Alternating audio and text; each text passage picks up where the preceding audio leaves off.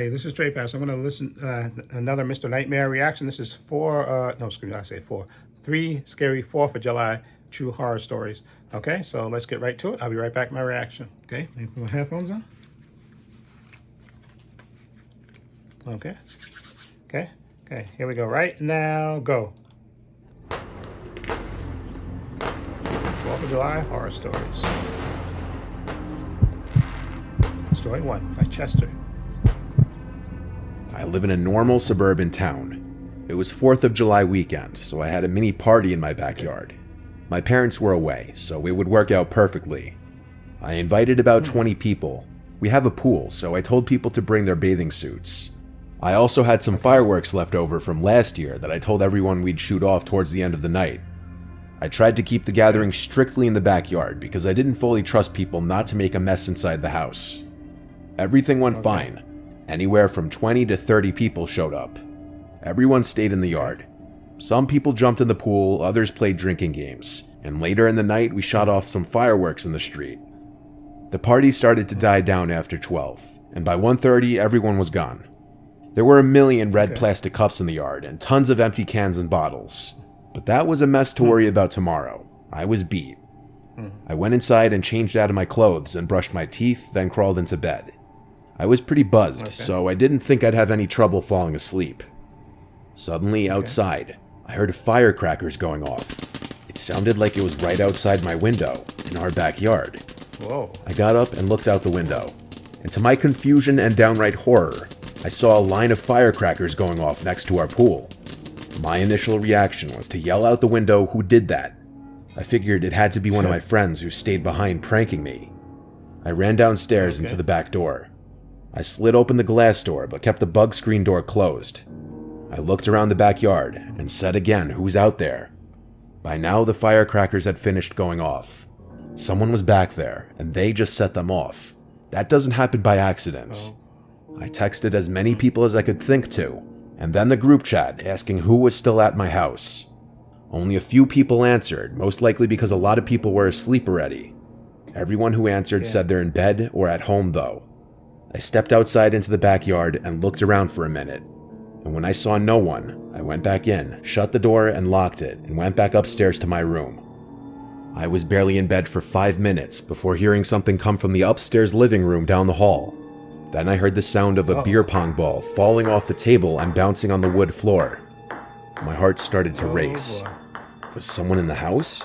Did one of my friends pass out on one of the downstairs couches? Or maybe in one of the other bedrooms? While this seemed like a possibility, I wasn't about to go out there. I got out of bed and went to the door to put my ear up to it and listen. I didn't hear anything for a moment.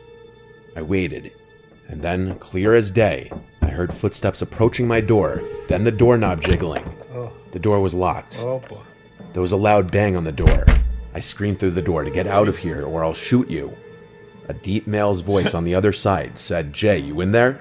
And I heard another deep voice in the room with me say, "Yeah." I turned to the corner by my drawers and realized there was someone there. I screamed my soul out as this man came over to me holding what looked like a gun in his hand. He then put his hand over my mouth and told me to shut up or he'd kill me. He then unlocked the door and opened it, and there was another masked man. They whispered to each other as they had me at gunpoint, now sitting on the bed. One of them then said to me, "Stay right there and don't move." The other guy left the room and went straight to my parents' room. He came back and asked the combination to my parents' safe, which I said I had no idea, which was the truth.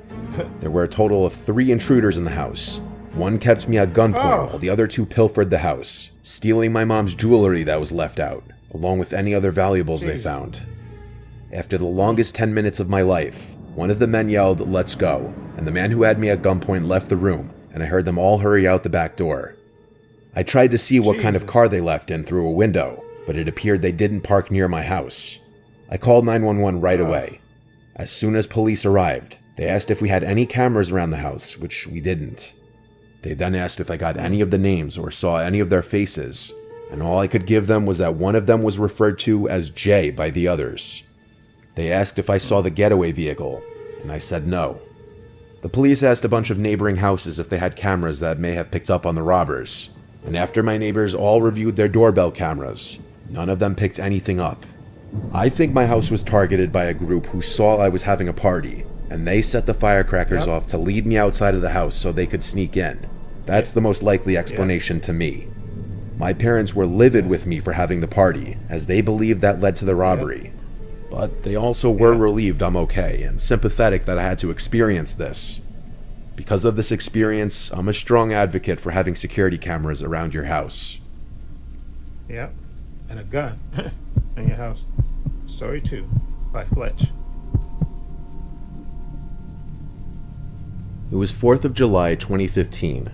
The park by my house was having their annual fireworks show, but it always gets way too crowded and chaotic. Plus, parking is non-existent. Little did most people know there's a little sump next to the park that had a perfect view of the fireworks show.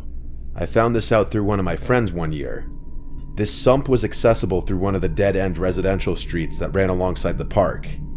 Since the 4th was on a Saturday this year, it would probably be even more crowded, but it would also make a perfect date.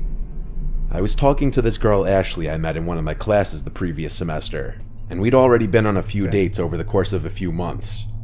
I asked her if she'd want to go to the fireworks show with me, and she said she already really wanted to go, so absolutely.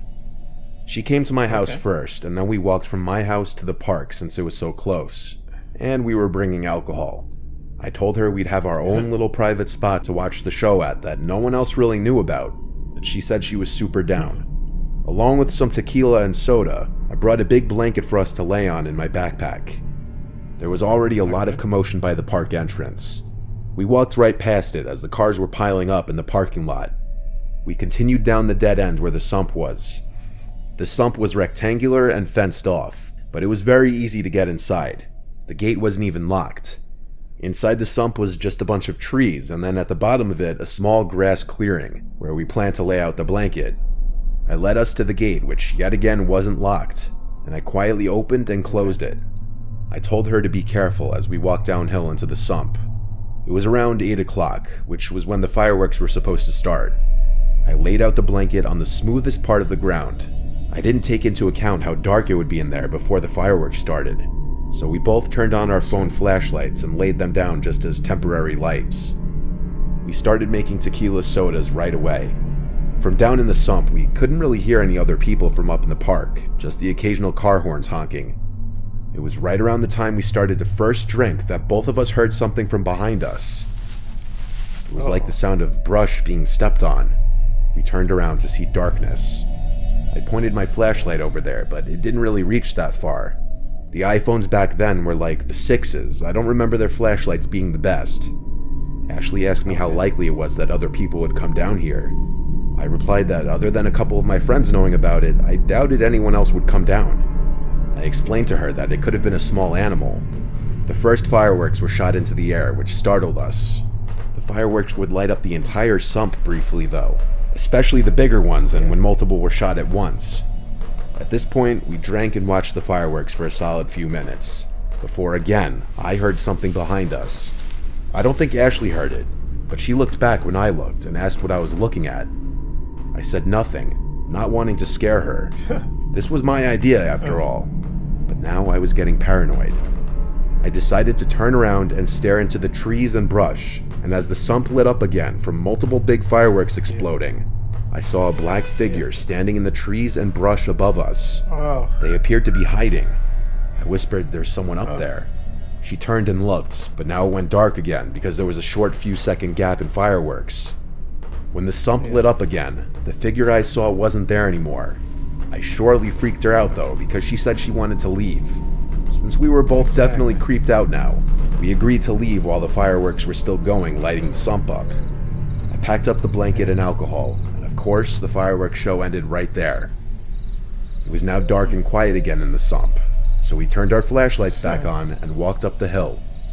As we neared the top, I couldn't help but shine my flashlight into the trees in the general vicinity that I saw that figure before, and I felt my heart skip a beat, seeing a black figure again, maybe 10 feet away.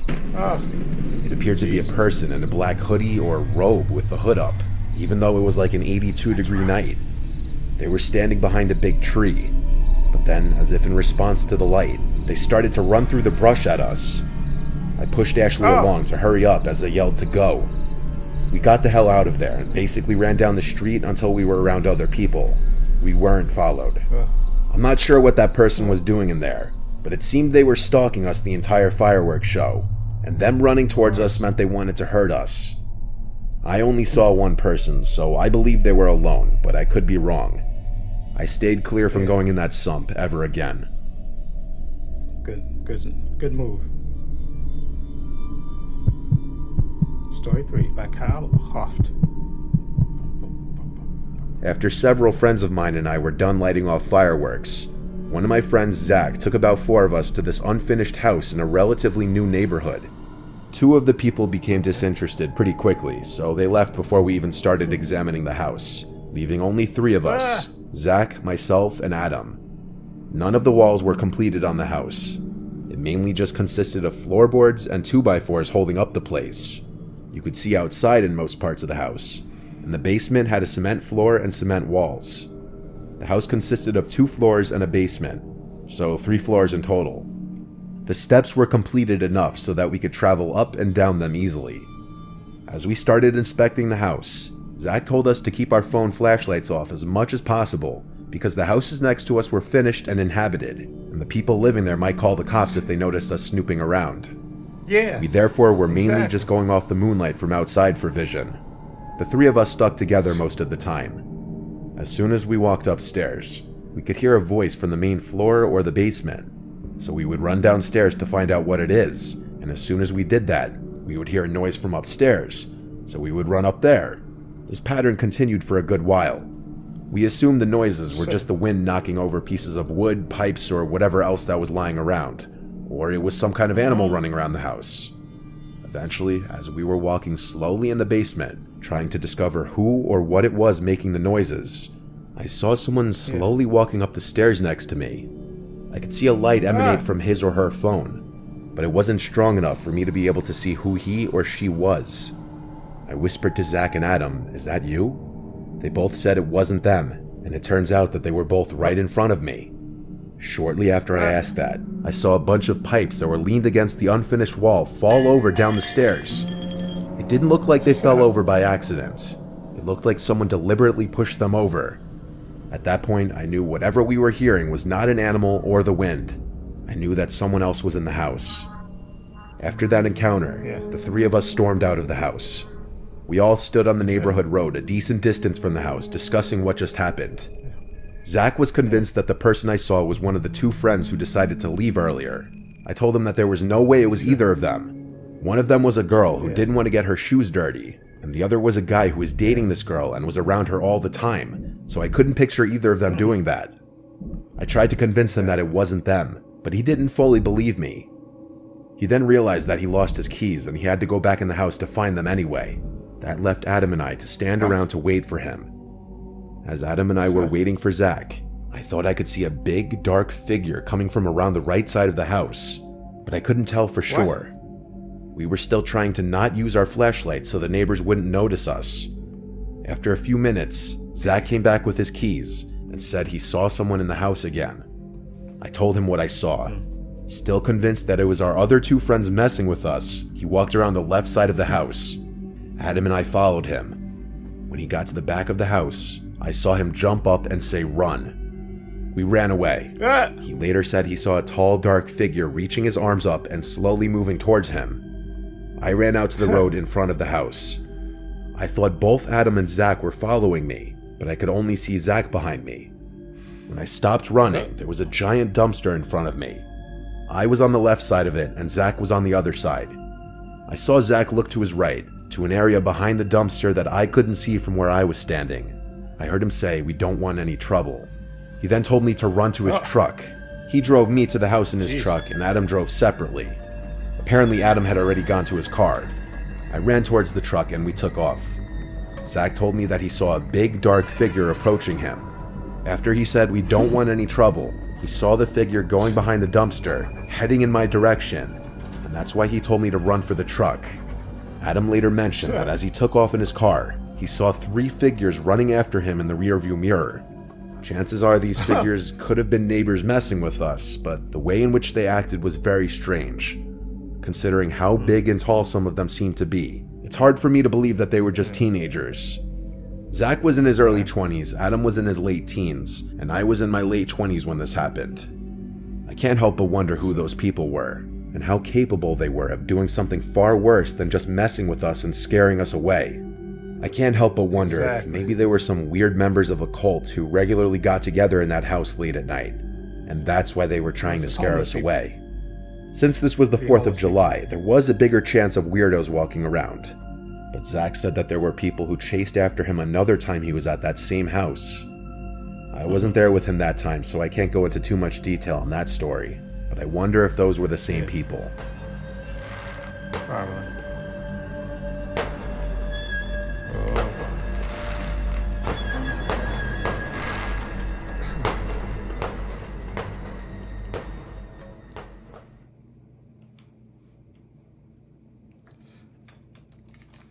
Okay, those are 3 stories. The first story was the most intense story. Man, through the party, and then 3 people used that as a perfect opportunity, that you had the house open to break in, because they probably saw no adults were around. They said, okay, that's a perfect house to break in. Once that person goes, everybody leaves, and that person in the house goes to sleep. And they broke in. Luckily, like you said, they didn't kill you. They have masks, and they just took what they had to take and they left you. But that was scary. You got to be very careful, exactly, especially you're throwing a party and you get all these people there and you don't know and then you see all of them leave. You don't know who's still hanging around or whatever. That's why you got to be careful. And I know that's why your parents were grateful that nothing happened to you, because come on. People, 3 burglars, they could have, like I said, they could have just, said, let's just put a bullet in his head and throw him under the, but luckily they just came there for the stuff and left. You're very lucky that they didn't, that could have ended real horrifically. Horrifically. That could have ended tragically. That's what I meant. And then the second story, when you think you have a secluded spot, especially at night, you're not the only one. Trust me, you should have known. You're not the only one that knows about it. Okay? You think it's a secluded spot, and then you're gonna take a girl down there. So no. Why you gotta do a creepy spot in the woods? No. Okay, no. Okay, I would take her somewhere else. I know you want to, be alone with, but no, I'm not taking her to a creepy place in the woods down at the bottom where there's nobody around. Exactly, because you never know who else is out there. Exactly. And obviously there was somebody down there, hanging out in the woods and sitting waiting, and then saw you. And then maybe he decided to mess with you, or just a crazy guy in general, just living down in the woods and stuff, and saw you down there with your girl and decided to chase you out of there. That, again, that could have ended tragically too. That's why, you got to be careful and not going down to these secluded places where you think you're the only one. You're not the only one. I'm sure that place was famous for that, that little nook down there that you go down to. I'm sure a lot of people knew about that, and you weren't the only one that knew that. And like I said, it could always be people down there just, especially 4th of July, people getting drunk and stuff and popping firecrackers and stuff. And again, luckily, for you and your girl, that you got out of there before that guy caught up with y'all. So that's, again, that's why you always got to be careful. Don't take her to no secluded spot. If you're going to take her to a secluded spot, you can take her somewhere where there's, not a desolate place where there's nobody else around completely, where somebody can just, a random person can wander up and kidnap you or harm you. That's crazy. Okay. Also, the third story now, again, I don't know what these fascinations these people have with abandoned houses and stuff. That I got to go there at night to investigate an abandoned house or a partially built house. What's the fascination? I have just no idea why these people love to do that. I have no, because I never had a fascination to go into a house that's been deserted or stuff at night, or been partially completed at night. I never had a fascination to do that. Hung out with my friends and stuff. We played basketball, all that stuff, and hung out, in the park and stuff, and played baseball or whatever, or basketball and stuff. But we never decided, you know what? Let's just go to this abandoned house over there. Let's go. Let's explore. No, I never had a desire to do that. Never, and it never ends well. And it's probably was homeless people in that house that were living in that house, especially if it was like a abandoned house or something, or partially, but it could have been just homeless people living in there. Exactly, and then y'all making all the noises going up and down the stairs and stuff. They probably got up to see who was in and probably wanted to chase you out of there. Exactly, it's probably was homeless people and stuff that wanted to chase you out of there. Exactly, because I don't think it's just random people just wandering around in that house. No, I think it was, and it wasn't your friends trying to scare you. I think it was just random people just in the house, or homeless people that were probably living in that house. Exactly, and they heard y'all wandering around and stuff, and probably got up to see who y'all was, and probably decided to say, let's scare these guys out of here so they don't mess up our spot. Where we're where we're basically squatting at. And I think that's probably what it was. But anyway. Again, another Mr. Nightmare. That first story was horrific, man. That could have ended really badly with guys breaking into the house and holding you at gunpoint. That is insane. That's next level scary. Okay, exactly. After that, I probably would have never had to never have another party again. Exactly. Because again, you're in the house by yourself. Once everybody else leaves, you're in the house by yourself. Then you start hearing those random noises and the firecrackers. Because I was going to say, call the police, but thankfully, if he came out of that room, well, he did come out of the room actually, but if he would have, maybe went to his parents' house or where the phone was, maybe he'd have ran into those people downstairs or something. Which you never could have. You spooked them. You never know what might happen if you'd have spooked them. But man, that when you went outside the house, then they snuck back into your room. Oh my God, I would have probably had a heart attack. Once you hear that guy come up to your door and say, Sal, it's Jay, is that you? And you hear somebody in the room that you're in saying, yeah, I'm in here. Oh my God, my heart would have probably went through my chest. But anyway, let me know what you think of these 3 4th of July horror stories, true horror stories. I'll leave a link to Mr. Nightmare's channel in the description box so you can check it out for yourself. Also have links to my Facebook, my Twitter, my Instagram. Also have a link to my other channel, Blood Views and Opinions. You check that out as well. Also have a link down below to my Patreon. I want to say a special thank you to my patron. His name will appear in this video somewhere. I want to say thank you for supporting me. Always have my back. Again, my patrons only $5 a month. Tons of content on there. Tons of unedited content on there. Everything from Marvel shows to DC shows to The Boys Season 3 to movies to Star Wars shows. Final link down below. Check it out. Also, please give this video a thumbs up. It helps the channel, and I truly appreciate it. Also, hit the subscribe button, hit the notification bell so you know when I upload new content to this channel. And this is Trey Pastor saying so long, and take care.